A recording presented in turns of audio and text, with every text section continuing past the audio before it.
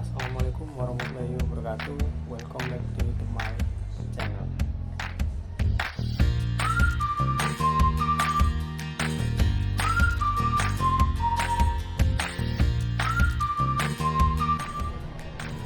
Di video kali ini kita akan membahas materi tentang pengantar tentang ISO 9001.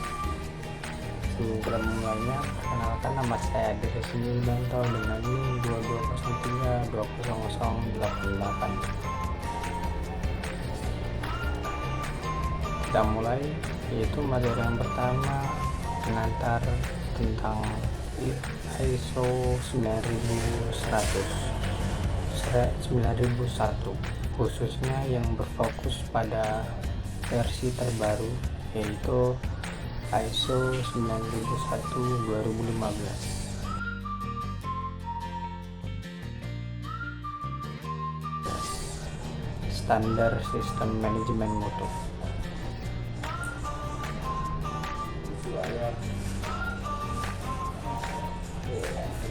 Nah, apa itu mutu dan SMM?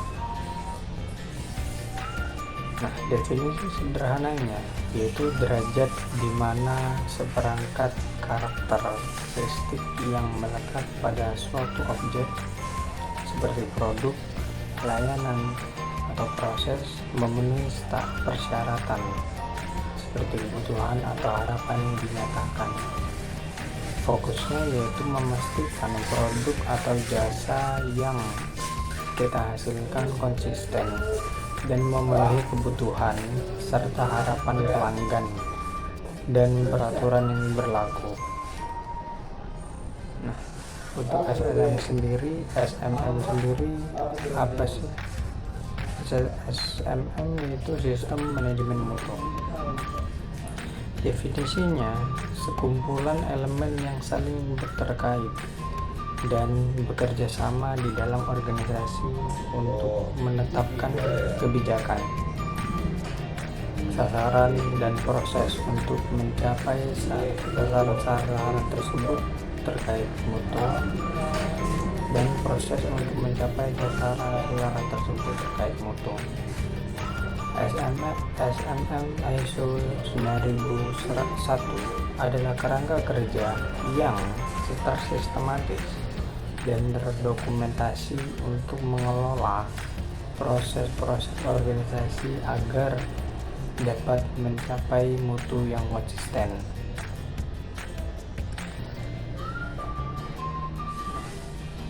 Selanjutnya, mengenal ISO 9001. ISO atau International Organization for Standardization yaitu sebuah organisasi independen non-pemerintah yang mengembangkan dan mempublikasikan standar internasional. Nah, untuk ISO 9001-2015, nah, standar internasional yang menetapkan persyaratan untuk SMM.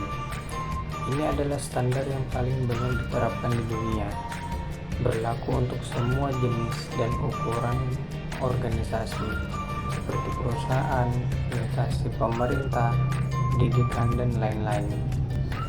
Tujuan utamanya yaitu mampu secara konsisten menyediakan produk dan cara yang memenuhi persyaratan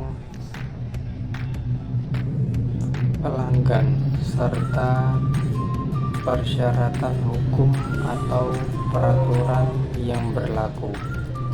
Yang kedua, meningkatkan kepuasan dengan pelanggan melalui penerapan sistem yang efektif, termasuk proses untuk perbaikan berkelanjutan. Nah, manfaat menerapkan ISO yaitu bagi organisasi dapat meningkatkan efisiensi dan konsistensi proses kerja, pengambilan keputusan berbasis bukti, lalu peningkatan citra dan kredibilitas di pasar, lalu yang terakhir pengurangan risiko kesalahan dan biaya mutu yang buruk. Nah, untuk bagi pelanggan, kualitas produk atau jasa yang lebih terjamin dan konsisten, lalu kepercayaan yang lebih tinggi terhadap organisasi karena tersertifikasi standar internasional, lalu yang terakhir peluang masalah atau ketidaksesuaian yang lebih kecil.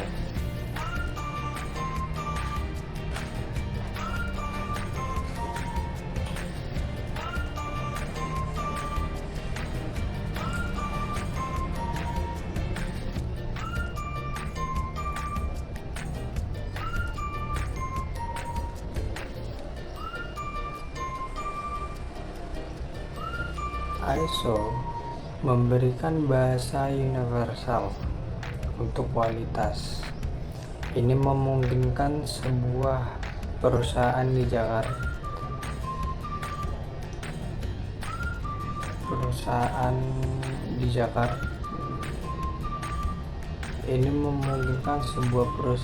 terkhususnya di Jakarta, misalnya untuk berbicara tentang mutu secara setara dengan perusahaan di Berlin atau Tokyo.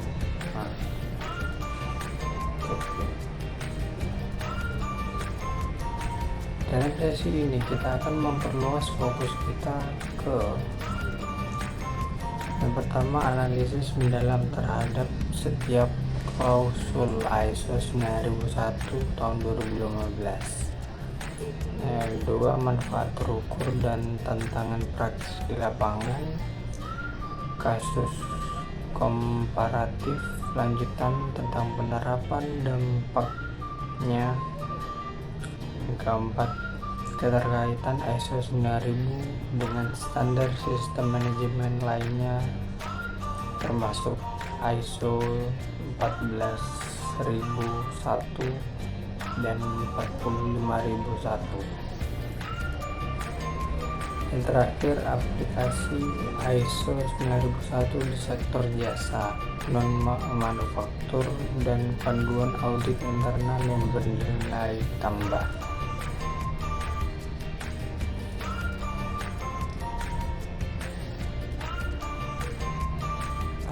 Mari kita mulai dengan meninjau ulang filosofi dasar yang menjadi motor penggerak seluruh sistem. Penguat konsep dasar dan filosofi mutu. Terminologi krusial dari ISO 9000 tahun 2015. Sebelum langkah lebih jauh, kita harus sangat jelas dengan istilah kunci dari standar ISO 9000, dasar dan kosakata, yaitu sistem manajemen mutu atau disingkat SMM. Sekumpulan elemen yang saling terkait dan bekerja sama untuk menetapkan kebijakan mutu dan sasaran mutu, serta untuk mencapai sasaran tersebut informasi terdokumentasi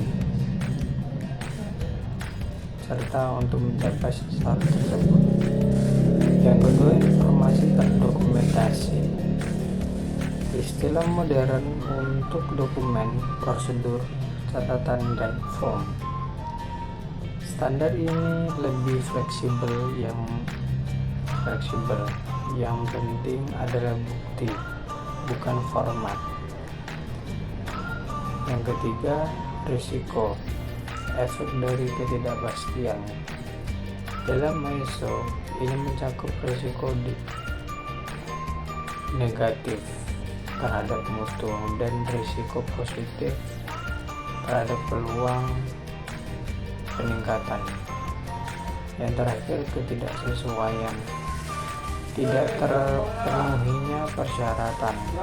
Ini bisa terjadi pada produk atau layanan, atau pada sistem manajemen itu sendiri. 7. Prinsip mutu. Nah, pilar utamanya yang pertama, fokus pada pelanggan, dan 7 manajemen hubungan. Keduanya menekankan ekosistem. Fokus pelanggan melihat keluar.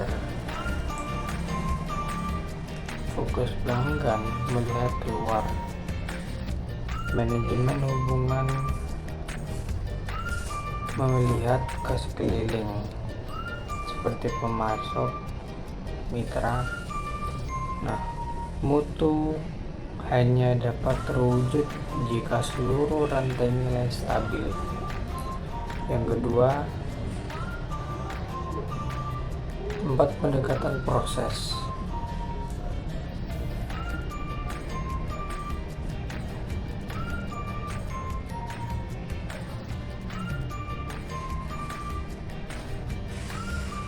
Dan 5 peningkatan. Pendekatan proses adalah kerangka kerja, bagaimana pekerjaan dilakukan. Peningkatan adalah mesinnya, bagaimana proses itu menjadi lebih baik dari waktu-waktu. Kemudian bekerja sama melalui model PDCA. Yang terakhir, 2 kepemimpinan dan 3 keterlibatan SDM. Kepemimpinan harus menginspirasi dan memberdayakan SDM. Mutu tidak dapat dipaksa dari atas, ia harus dianut dan dipraktikkan oleh semua orang.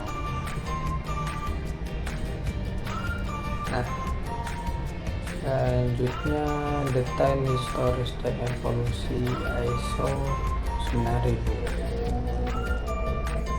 Sebelum kita membedah klausul 9001/2015, mari kita pahami perjalanan standar ini, karena ISO 9000 tidak lahir dalam semalam. Dari kontrol kualitas militer menuju standar bisnis global. Konsep standar mutu berakar pada standar militer, misalnya MIL Q9858, yang memerlukan kepastian mutu untuk peralatan kritis. Kualitas awalnya adalah soal inspeksi produk akhir. Kedua, ISO 1987 adalah versi pertama yang sangat fokus pada prosedur dan dokumentasi.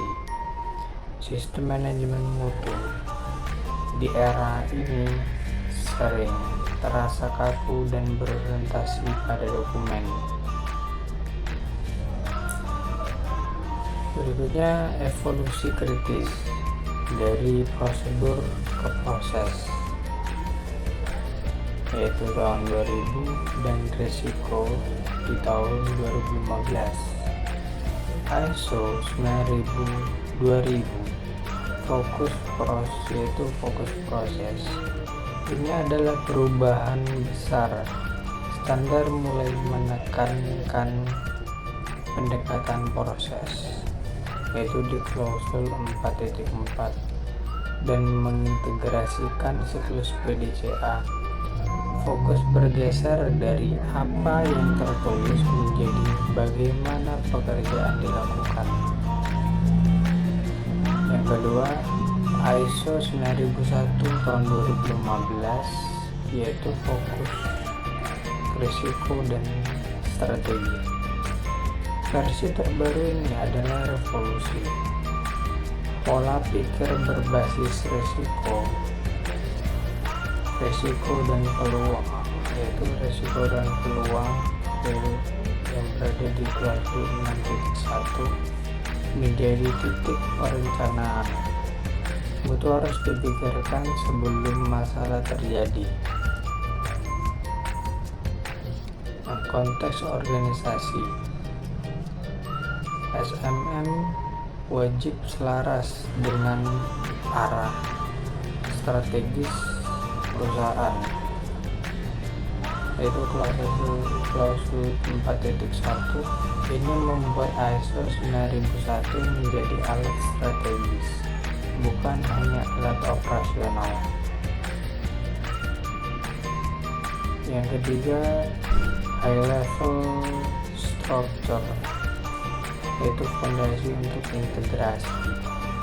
Sejak 2012, ISO menggunakan Annex SL, sekarang disebut HRS, untuk memastikan semua standar sistem manajemen seperti 9001, 14001, 45001 memiliki 10 klausul inti yang identik.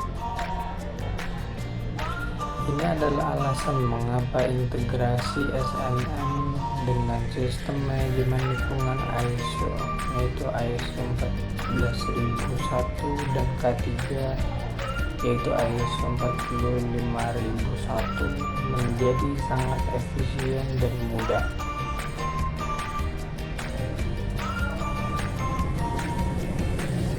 HRS menciptakan bahasa manajemen yang seragam di seluruh dunia.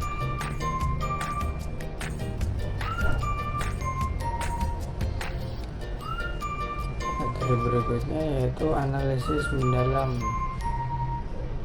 klausul ISO 9001 2015. Klausul 4, membangun konteks strategis. Klausul ini adalah alasan mengapa ISO 9001 modern bersifat strategis. 4.1 dan 4.2 yaitu konteks dan pihak berkepentingan. Organisasi harus menanyakan apakah SMM kita selaras dengan arah strategis perusahaan. Misalnya, jika perusahaan ingin berekspansi ke pasar baru, SMM harus mendukung sasaran mutu yang relevan dengan pasar. SMM harus mendukung sasaran mutu yang relevan dengan pasar tersebut. Misalnya, persyaratan sertifikasi lokal. 4.4 Sistem manajemen mutu dan prosesnya. Ini adalah persyaratan untuk memetakan proses. Kita harus mengidentifikasi input, output, sumber daya, pemilik, dan risiko setiap proses inti. Yang kedua, klausul 6, perencanaan berbasis risiko. Perencanaan sekarang bersifat proaktif, bukan sekedar reaktif. 6.1 Tindakan untuk mengatasi risiko dan peluang. Identifikasi apa yang bisa salah dalam proses kunci kita. Misalnya kegagalan mesin, SDM kita dan SDM tidak kompeten. Tindakannya, bagaimana kita memitigasi risiko tersebut. Misalnya preventive maintenance untuk mesin, lalu pelatihan wajib untuk SDM. Peluangnya, bagaimana kita bisa meningkatkan proses di luar persyaratan minimum, misalnya mengadopsi teknologi otomatisasi baru.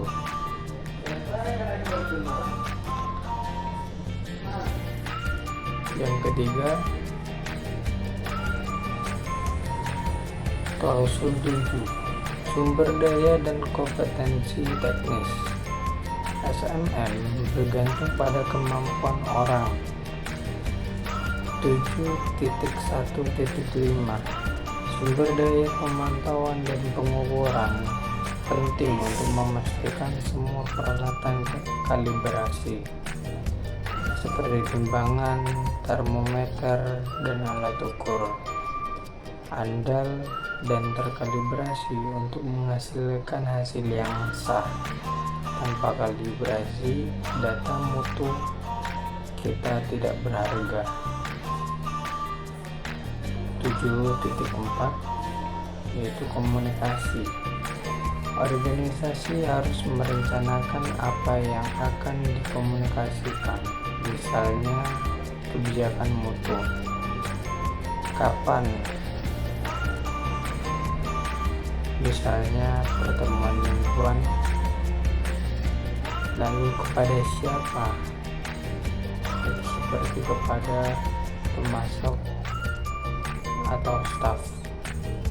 Dan yang terakhir bagaimana? Seperti email dan papan buletin.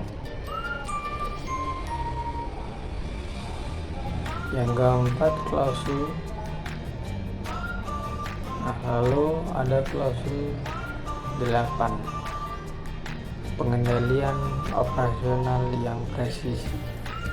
Klausul ini menjamin kualitas sehari-hari. 8.4.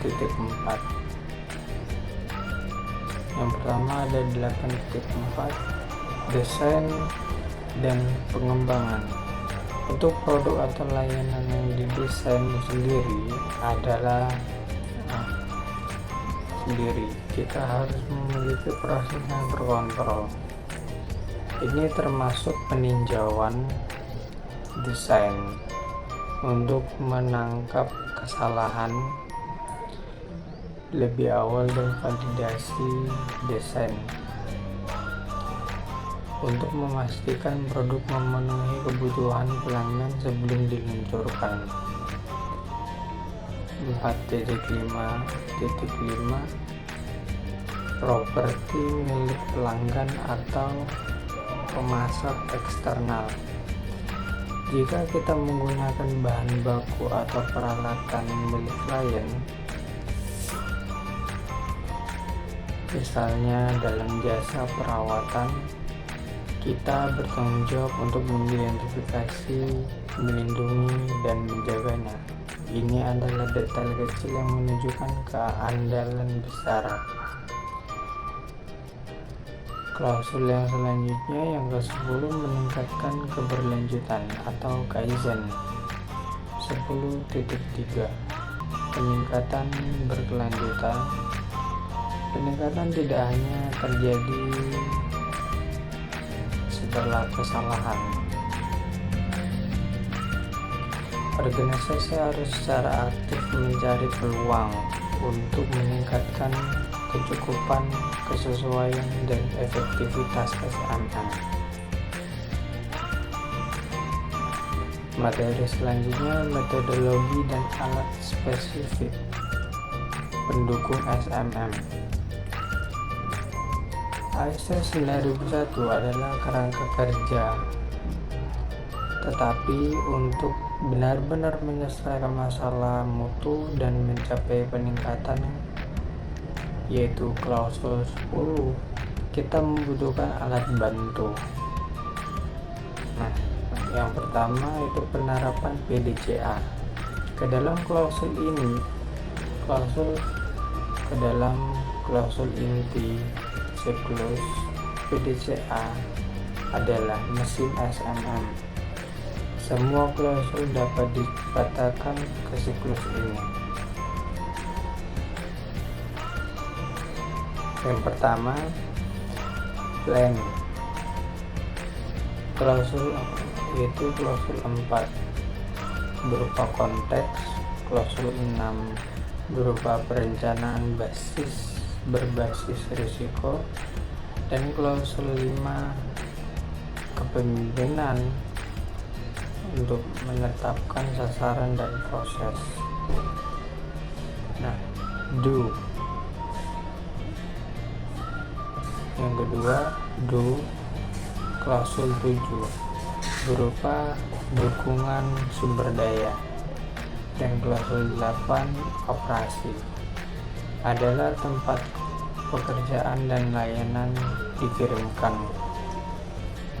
Yang ketiga, cek klausul 9 berupa evaluasi kinerja, mencakup audit internal dan pemantauan data mutu atau KPI. Yang terakhir ada klausul, yaitu klausul 10 berupa peningkatan berkelanjutan, menggunakan hasil evaluasi untuk memperbaiki sistem. Selanjutnya 7, alat kualitas dasar. 7 QC tools. Alat-alat ini penting untuk menganalisis akar penyebab klausul 10.2 dan pengambilan keputusan berbasis bukti klausul 91. Diagram sebab akibat digunakan untuk mengidentifikasi semua potensi akar penyebab dari suatu ketidaksesuaian. Ini memastikan tindakan korektif mengatasi akar masalah, bukan hanya gejala. Pareto chart membantu memprioritaskan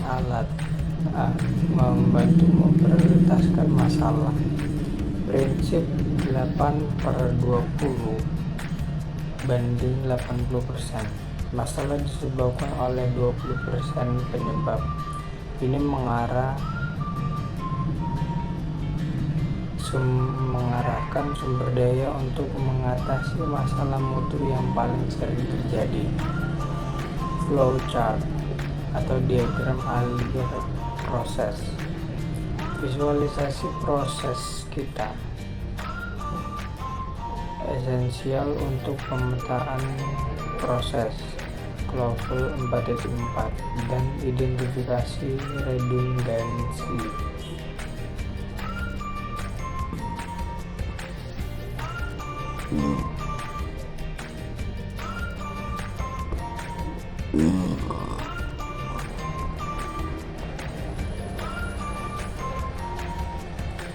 Selanjutnya, integrasi dengan filosofi mutu modern.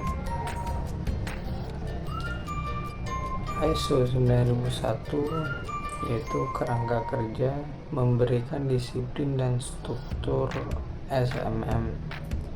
Lean atau efisiensi, filosofi untuk menghilangkan pemborosan. SMM membantu memastikan proses yang efisien didokumentasikan dan dipertahankan secara konsisten. Lalu Six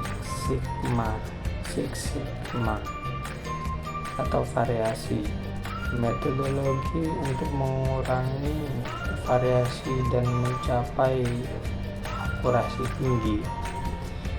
SMM menyediakan data dan proses pemantauan, yaitu klausul 9 untuk proyek Six Sigma. Berikutnya, manfaat dan tantangan implementasi praktis.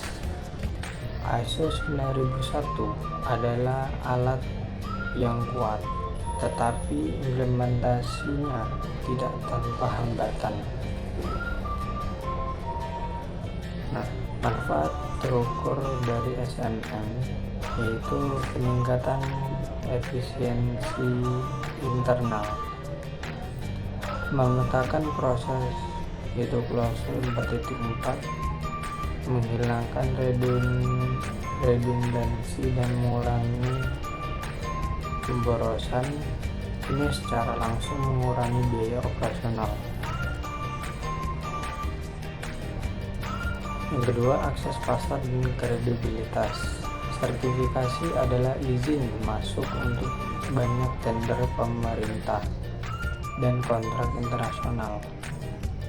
Ini menunjukkan komitmen serius terhadap mutu. Pengambilan keputusan lebih baik. Melalui klausul 9, evaluasi, yaitu evaluasi kinerja, manajemen memiliki data yang andal untuk membuat keputusan strategis, bukan hanya berdasarkan asumsi. Budaya yang terakhir, budaya kualitas. Kepemimpinan yang kuat, yaitu klausul 5, dan kepelatihan, yaitu klausul 7.2.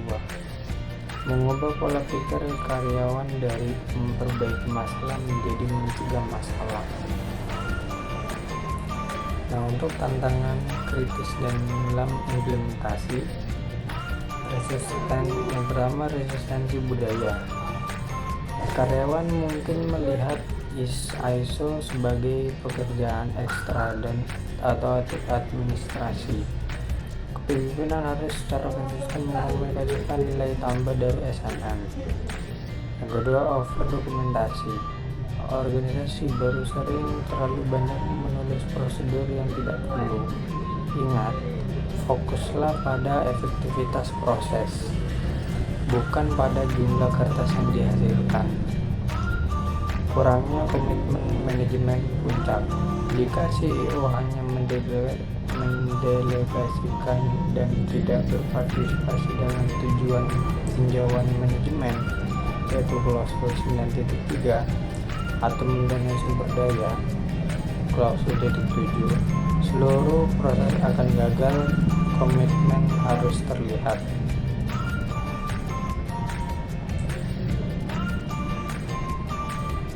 Yang keempat, audit internal yang lemah. Audit internal yang hanya berupa checklist tanpa menemukan kelemahan adalah audit yang gagal. Audit harus menjadi mata dan telinga sistem, mencari peluang peningkatan.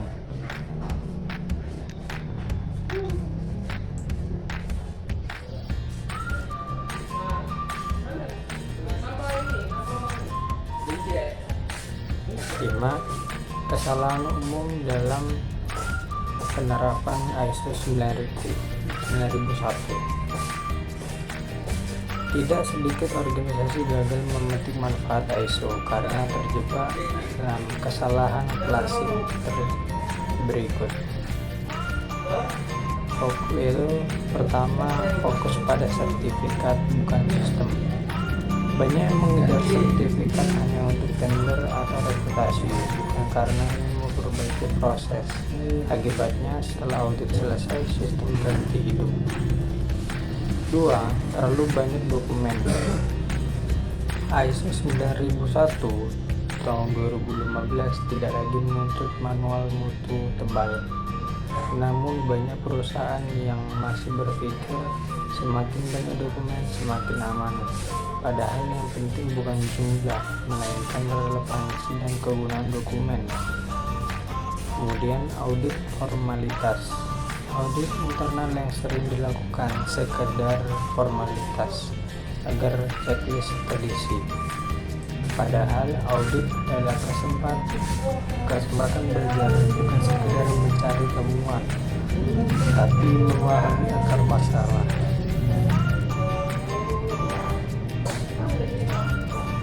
Kurangnya komitmen manajemen puncak. ISO bukan proyek staff tanpa contoh nyata dari pimpinan, seperti menghadiri tinjauan manajemen atau menindaklanjuti hasil audit. Sistem akan kehilangan arah. Lalu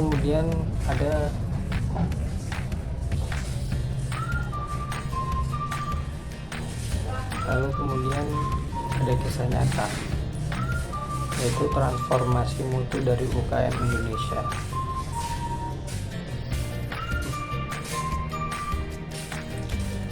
Bayangkan sebuah perusahaan konveksi kecil di Surabaya bernama Sifli Langgeng Jaya.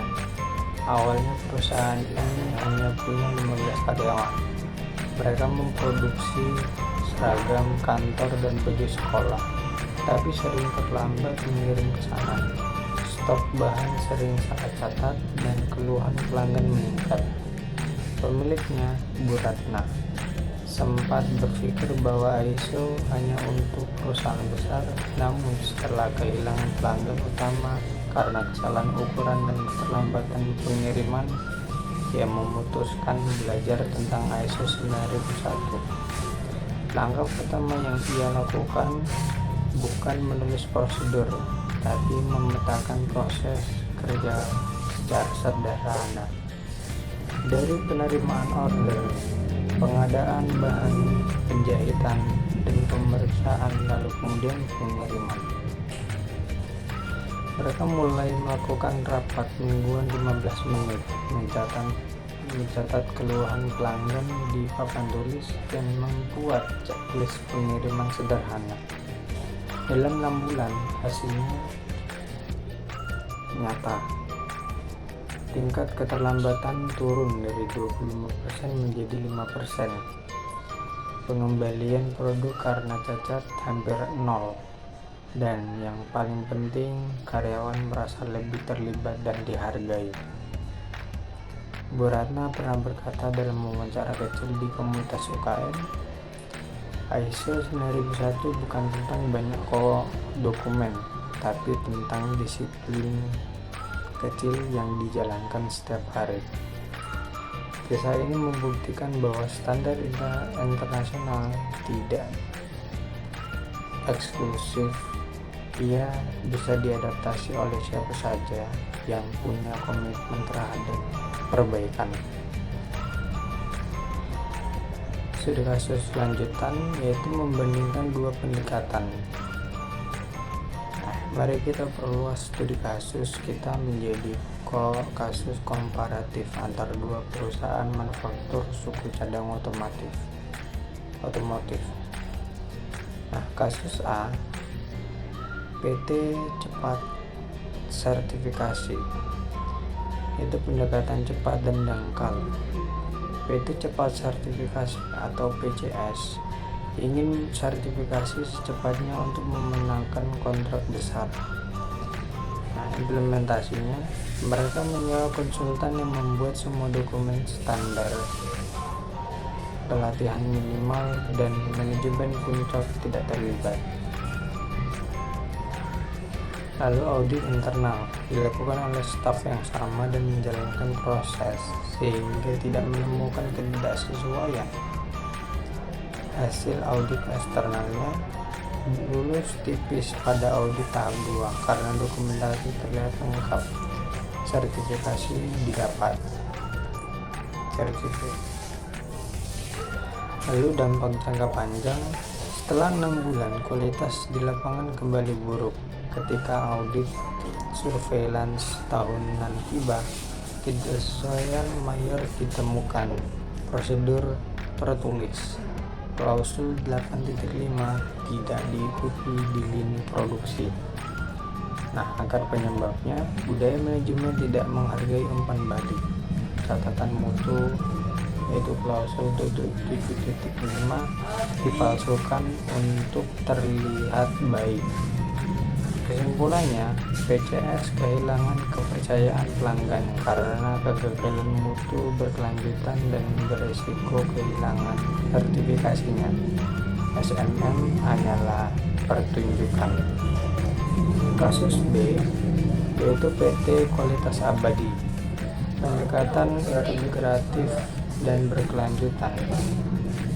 PT Kualitas Abadi atau PKA memutuskan untuk menggunakan ISO 9001 sebagai alat transformasi internal.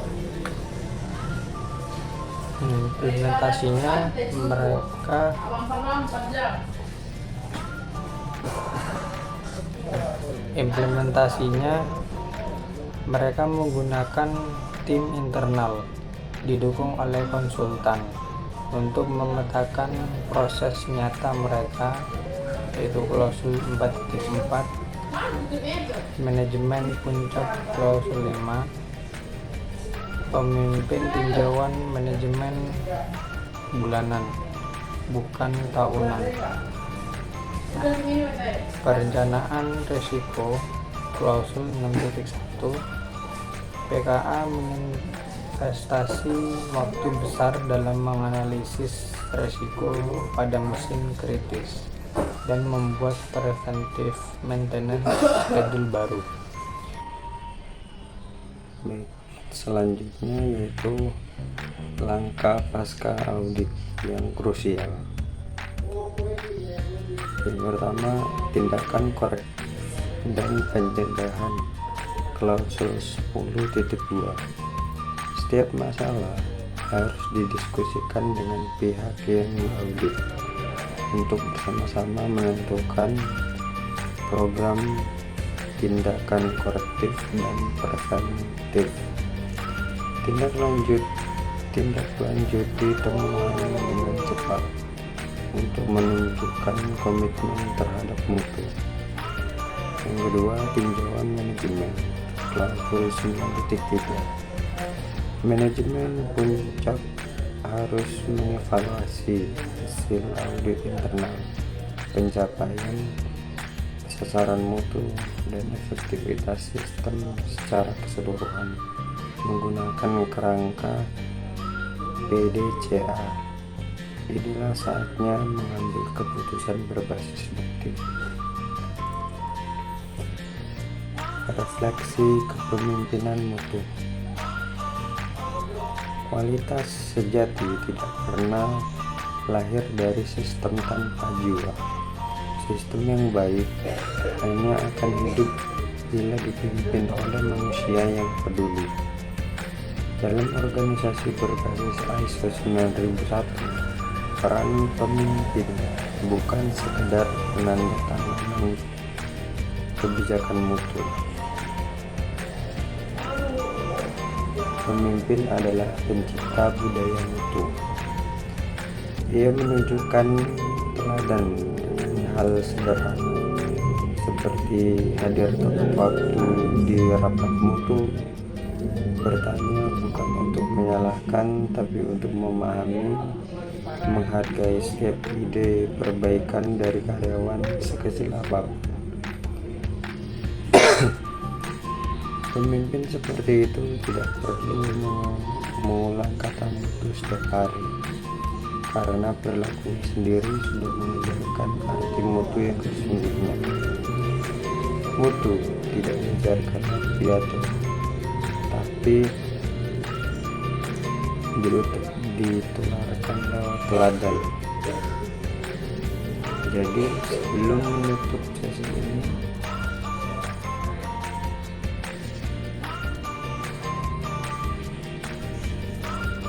berikutnya ISO 9000 dan transformasi digital quality 4.0. Bayangkan kalau dulu setiap laporan kualitas harus diketik, dicetak, dan diserahkan ke manajer.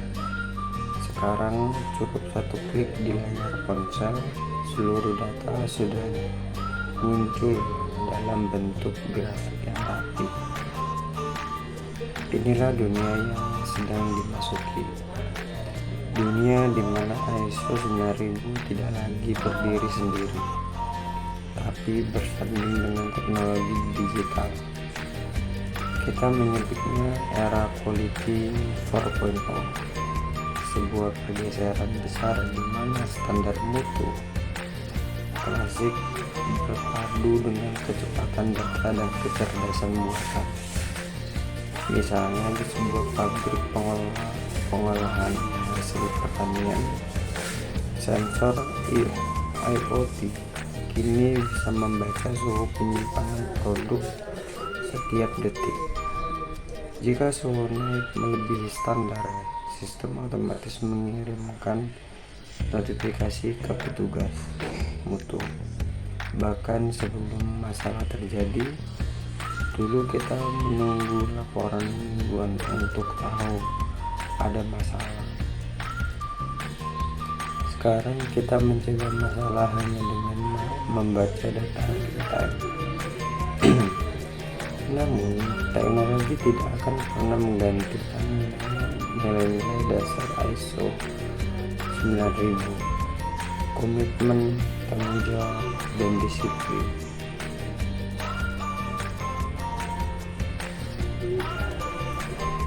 Kita boleh punya mesin yang bisa menganalisis ratusan data, tapi tanpa manusia yang beretika dan berkomitmen, semua itu hanya angka kosong. Itulah kenapa organisasi modern butuh dua hal penting, yaitu data yang akurat dan hati yang bijak. Karena di masa depan bukan hanya diukur dengan hasil, tapi juga dengan kecepatan belajar organisasi. ISO 9000 dan tanggung jawab sosial, mutu untuk manusia. Kalau kita pikir-pikir, sistem mutu seperti ISO 9000 sebenarnya tidak hanya bicara soal pelanggan dan produk, lebih dalam dari itu. Sistem mutu juga bicara tentang tanggung jawab sosial.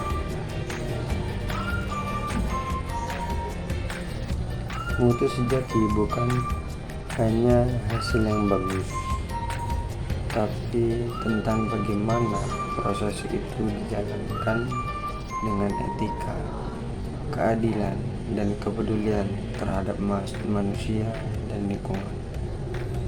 Bayangkan sebuah perusahaan yang menerapkan ISO 9001 dengan serius. Proses kerjanya jadi lebih tertata, risiko kecelakaan kerja berkurang, dan karyawan tidak lagi bekerja lembur tanpa arah karena semua jadwal dan tanggung jawab sudah jelas. Hasilnya tidak hanya untuk produk meningkat, tapi juga kualitas hidup orang-orang di dalamnya. Inilah wajah sosial dari mutu. Mutu yang menyejahterakan, bukan yang menekan. Mutu yang menumbuhkan manusia, bukan sekedar menghasilkan barang. Banyak perusahaan besar kini menyatukan ISO 9000 dengan CSR atau Corporate Social Responsibility karena mereka sadar keberhasilan perusahaan tidak bisa dilepaskan dari keberhasilan masyarakat sekitarnya. Contohnya, ada pabrik pengolahan pangan yang menggunakan prinsip mutu bukan hanya untuk kontrol internal, tetapi juga untuk melatih para petani mitranya agar menerapkan proses panen bersih dan penyimpanan yang higienis. Mereka tidak hanya membeli hasil tani, tetapi juga untuk membantu petani memahami hasil arti mutu. Kualitas terbaik bukan yang terlihat di laporan, kata manajer, tapi yang dirasakan masyarakat dari hasil kerja kita. Ketika sistem mutu diterapkan dengan niat tulus untuk melayani manusia, hasilnya bukan sekedar sertifikat, tapi kepercayaan yang tumbuh di hati orang banyak. Berikutnya, budaya mutu dan kecerdasan emosional dalam organisasi. Sistem mutu selalu bicara tentang proses, prosedur, dan dokumentasi. Tapi seringkali kita lupa bahwa di balik setiap prosedur ada manusia, dan manusia punya emosi, punya cara pandang, punya kebanggaan tersendiri terhadap pekerjaannya. Pernahkah kita melihat tim kerja yang rapi di atas kertas tapi kacau dalam kenyataan? Biasanya bukan karena SOP-nya yang salah, tapi karena hubungan antar manusianya belum sehat. ada rasa curiga, ada gengsi, ada komunikasi yang putus di tengah jalan. Padahal ISO 9001 prinsipnya menempatkan keterlibatan orang sebagai inti sistem. Kecerdasan emosional adalah kunci menjaga sistem tetap hidup. Bagaimana kita mendengarkan rekan kerja, sistem tetap hidup.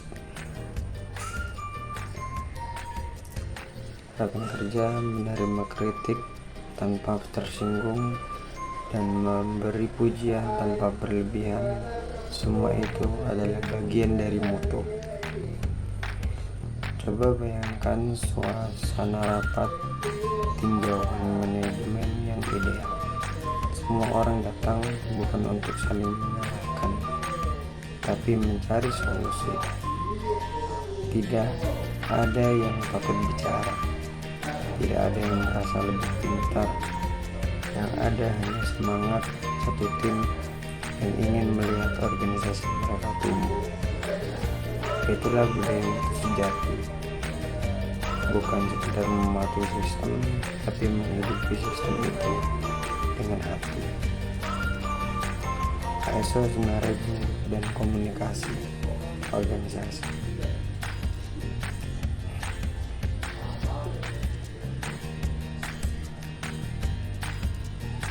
Pernahkah kita melihat sistem yang bagus di atas kertas tapi gagal di lapangan?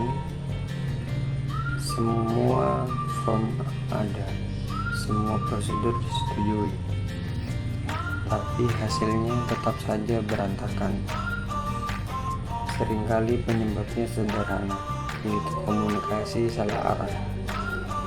ISO 9001 menempatkan komunikasi sebagai salah satu elemen penting, tapi sayangnya banyak organisasi menganggapnya hanya formalitas, padahal komunikasi adalah urat nadi dari sistem mutu.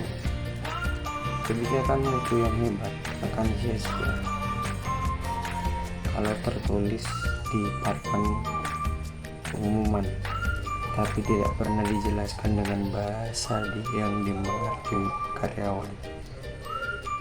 Bahasa mutu bukan bahasa manajer, tapi bahasa manusia.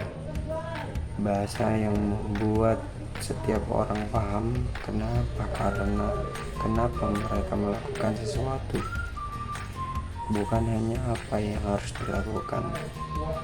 Misalnya seorang operator diberi tugas mencatat suhu pendingin setiap 2 jam.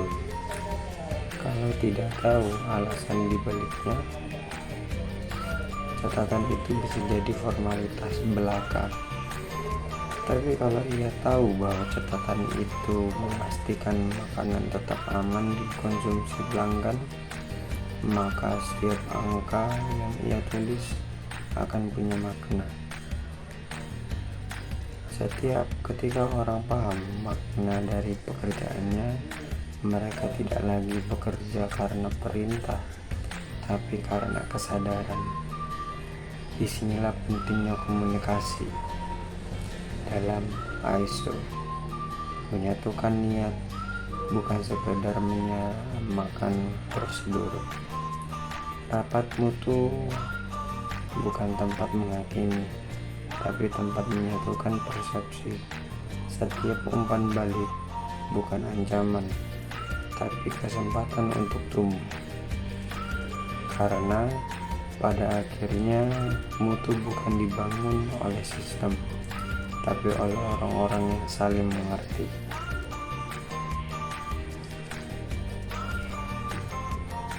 Selanjutnya, ISO 9000 dalam sektor pertanian dan pangan. Sering orang berpikir bahwa ISO 9001 hanya untuk pabrik besar atau kantor modern. Padahal prinsipnya juga bisa diterapkan di kebun, sawah, atau koperasi pertanian. misalnya dalam proses panen dan distribusi sayuran segar.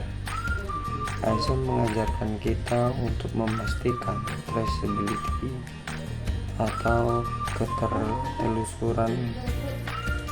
Artinya, setiap produk bisa dilacak dari mana asalnya, siapa yang memanen, kapan dipanen, dan bagaimana disimpan. Jadi, suatu hari pelanggan mengeluh kualitas menurun. Sistem ISO memudahkan kita menelusuri sumber masalahnya, bukan untuk mencari siapa yang salah, tapi untuk memperbaiki prosesnya. Koperasi susu di Jawa Barat misalnya menerapkan prinsip ini. Mereka mencatat suhu sejak ditampung, disaring, hingga diangkut ke pabrik. Jika ditemukan batch yang asam lebih cepat, mereka tahu itu dari kelompok ternak mana. Hasilnya, kualitas meningkat, pengembalian produk berkurang drastis, dan kepercayaan pelanggan meningkat. Pertanian adalah sektor paling mulia karena menyangkut hidup orang banyak dan menerapkan sistem mutu di dalamnya adalah bentuk tanggung jawab moral kita kepada masyarakat.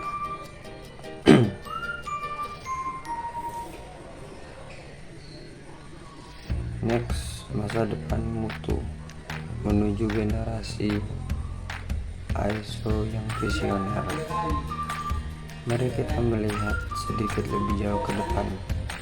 Apa yang akan terjadi pada sistem mutu 10, 20, atau bahkan 50 tahun dari sekarang? Dunia berubah sangat cepat. Kita sudah memasuki era di mana mesin bisa berpikir, kita bisa menganalisis dirinya sendiri, dan laporan bisa dibuat otomatis hanya dengan satu sentuhan layar. Mungkin di masa depan akan ada versi baru dari ISO yang terintegrasi dengan kecerdasan buatan. Audit bisa dilakukan secara digital, dan sistem akan memberi peringatan otomatis kalau ada risiko penyimpangan proses. Namun, di tengah semua kecanggihan itu, ada hal yang tidak boleh berubah, yaitu nilai manusia. Kejujuran, disiplin, rasa tanggung jawab, dan kepedulian itulah inti dari mutu sejati yang tidak bisa diganti oleh mesin. Kita butuh generasi baru, generasi ISO yang visioner, generasi yang tidak hanya mematuhi standar tapi juga berani menantang diri untuk menciptakan standar baru. Generasi yang melihat itu bukan sebagai beban administrasi, tapi sebagai bahasa kemajuan. Bayangkan kalau setiap lembaga, setiap sekolah, setiap kelompok tani, bahkan komunitas kecil di desa mulai berpikir pada pola TQM dan ISO 9000. Disiplin, terukur, terbuka terhadap evaluasi, dan selalu mau memperbaiki diri. Kalau itu terjadi, kita tidak hanya punya organisasi yang bermutu, tapi juga bangsa yang berbudaya mutu. Masa depan tidak dimiliki oleh yang paling kuat, tapi oleh yang paling cepat belajar dan paling mau berubah. Jadi, ketika kita berbicara tentang mutu hari ini, sesungguhnya kita sedang menanam benih untuk masa depan. Mutu bukan lagi sekedar sistem kerja. Mutu adalah warisan nilai yang akan kita titipkan pada generasi berikutnya.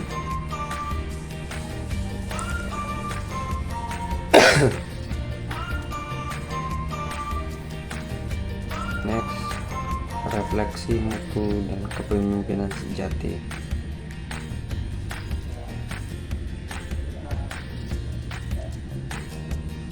Apa arti mutu yang sesungguhnya? Apakah mutu itu tentang produk yang sempurna atau tentang angka hasil audit yang tinggi? Bisa jadi, tapi lebih dari itu, mutu adalah tentang komitmen manusia yang terus-menerus menjadi lebih baik. Pemimpin sejati dalam dunia mutu bukan yang paling banyak bicara, tapi yang paling konsisten menepati janji kecilnya, yang datang dari awal ke rapat, yang membaca laporan dengan seksama, yang berarti mengakui kesalahan dan meminta maaf jika perlu.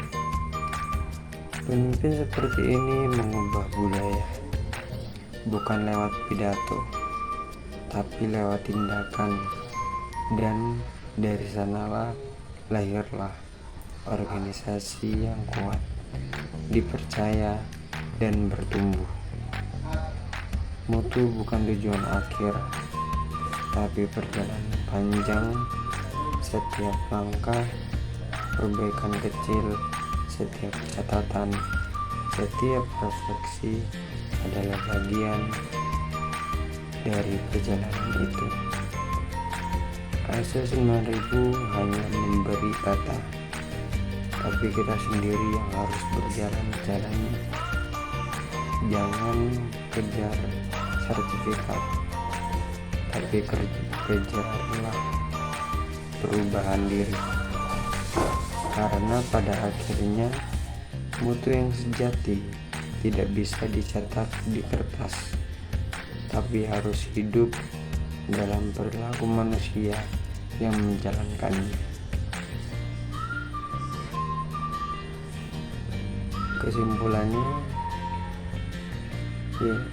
Kesimpulan dan komitmen pribadi. Kita telah menyelesaikan perjalanan yang panjang ini.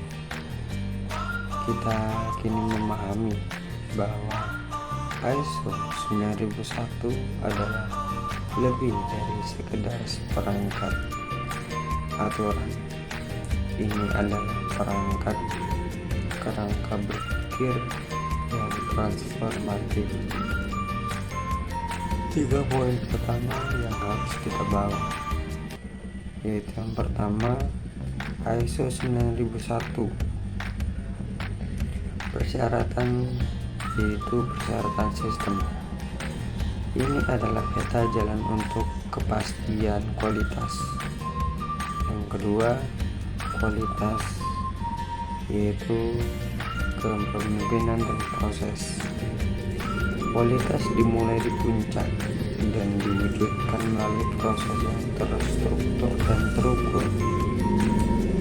Yang ketiga, peningkatan keberlanjutan adalah satu-satunya tujuan. Jangan pernah berhenti mencari ketidaksesuaian, karena di sanalah peluang untuk menjadi lebih baik berada. Jika kita berencana untuk mengimplementasikan atau meningkatkan SMM kita, ingatlah kisah PT Kualitas Abadi. Gunakan ISO 9001 sebagai alat untuk perubahan internal yang nyata, bukan hanya sebagai label. Terima kasih atas waktu dan fokus teman-teman semua. Mari kita jadikan kualitas bukan sekedar target, tetapi sebagai cara kita berbisnis.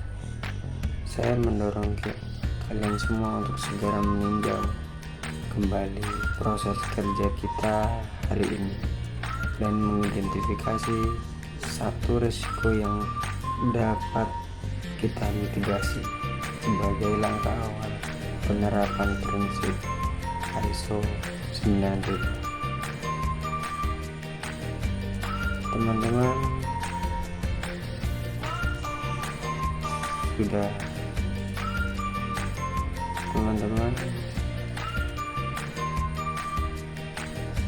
lama sudah kita belajar tentang ISO 9000, dari filosofi hingga penerapan, dari cerita lapangan hingga refleksi kepemimpinan. Semoga setelah ini kita tidak lagi melihat ISO sebagai dokumen yang rumit, tapi sebagai cara berpikir yang bisa kita terapkan dimanapun kita bekerja. Mulailah dari hal kecil, menulis catatan kerja, memperbaiki kesalahan tanpa menyalahkan, dan yang terpenting tetap berkomitmen menjaga kejujuran dalam setiap proses. Karena pada akhirnya mutu bukan tentang sertifikat di dinding. Mutu adalah tentang siapa kita dan bagaimana kita menghormati pekerjaan kita sendiri. Terima kasih sudah menyimak. Teruslah menanam kebaikan dan rawatlah mutu dalam setiap langkah. Wassalamualaikum warahmatullahi wabarakatuh.